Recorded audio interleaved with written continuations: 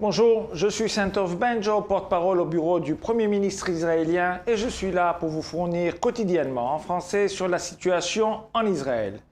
Nous entrons à présent dans le deuxième mois de la guerre opposant Israël au Hamas. L'armée israélienne poursuit ses opérations terrestres d'envergure dans la bande de Gaza. L'objectif est d'éradiquer ce groupe terroriste responsable du massacre, de la torture et du viol de civils israéliens le 7 octobre dernier. Jusqu'à présent, le Hamas a lancé plus de 9500 roquettes sur les villes et villages israéliens, alors même que Tsahal a réussi à détruire plus de 400 puits de tunnels et sites de lancement.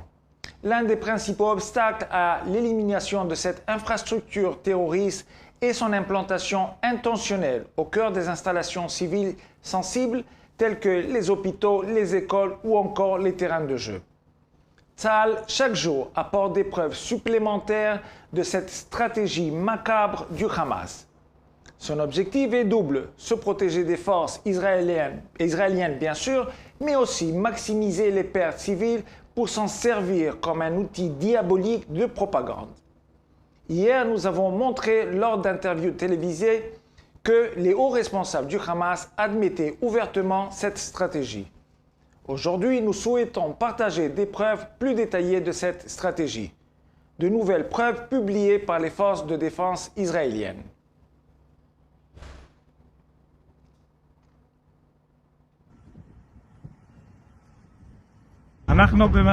C'est un parc d'attractions où nous avons découvert cette rampe de lancement militaire. Nous avons fait exploser comme nous avons l'intention de le faire partout où nous irons. Les unités de génie de Tsahal ont travaillé dur cherchant à détruire l'infrastructure terroriste du Hamas cachée sous les centres civils. Nous avons trouvé ici un site de lancement de fusées. Vous pouvez voir ici que toutes les roquettes ont déjà été tirées et cette électricité va jusqu'au bâtiment qui est en fait une mosquée d'où sont tirées les roquettes. Souvent à portée de tir, les soldats dévoilent les tunnels et les neutralisent un par un.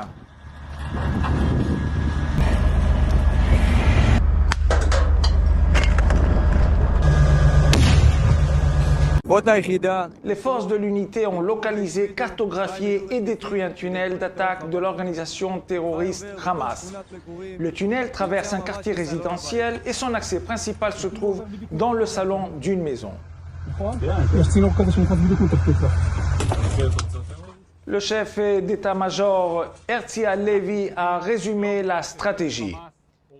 Nous frappons vigoureusement le Hamas. Grâce à la collaboration de nos forces terrestres et aériennes, nous parvenons à détruire les infrastructures du Hamas à Gaza, des infrastructures plus tenaces que nous le pensions. Une autre mission de Tsahal consiste à protéger les civils gazaouis qui fuient les combats pour se rendre dans la zone de sécurité au sud de la Franche, alors que le Hamas tente de les empêcher par tous les moyens. Certaines des images que vous allez voir sont extrêmement éloquentes et dérangeantes.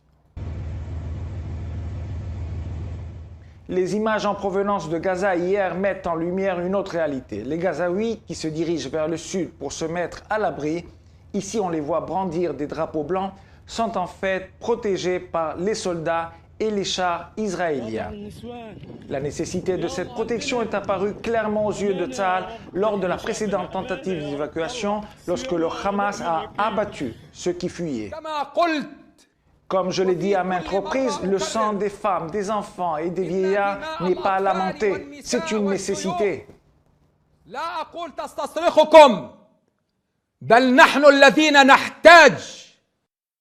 18 années d'indifférence, de privation et d'abus atteignent aujourd'hui leur paroxysme avec le Hamas qui empêche ses civils de fuir la violence que lui-même a créée. Les clips diffusés ces derniers jours montrent des civils gazaouis sur le point de se révolter face aux méthodes d'intimidation violentes du Hamas. Ici, un civil interrompt la conférence de presse et lançant un appel au monde entier depuis un toit. L'Amérique, le monde, sauvez-nous du Hamas. Nous n'avons pas d'argent et le peu que nous avons, nous devons le donner au Hamas. Même si Israël multiplie ses tentatives de protection des civils grâce aux tracts distribués et aux appels téléphoniques, le pays reste ferme sur ses objectifs militaires. Il n'y aura pas de cessez-le-feu général à Gaza sans la libération de nos otages, car la seule chose qui fonctionne sur les criminels du Hamas est la pression militaire que nous exerçons. C'est tout pour aujourd'hui. Comme toujours, nous sommes à votre disposition pour répondre à vos questions 24 heures sur 24 à l'adresse affichée à l'écran. Nous vous remercions de votre attention.